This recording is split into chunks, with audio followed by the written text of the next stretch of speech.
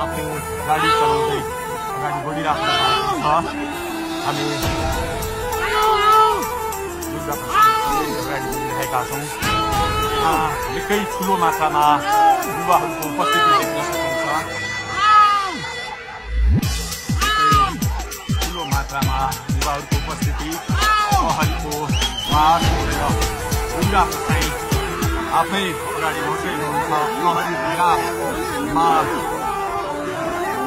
प्रहरीलाई गाडीले टेलेर दुर्गाको चाहिँ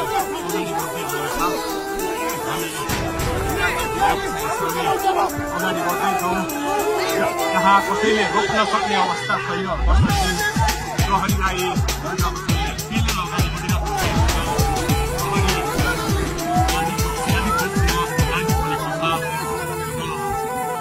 पुसाइले प्रहरीको एक लेयर तोडिसक्नु भएको छ र अब अगाडि सशस्त्र प्रहरीको टोलिरहेको छ।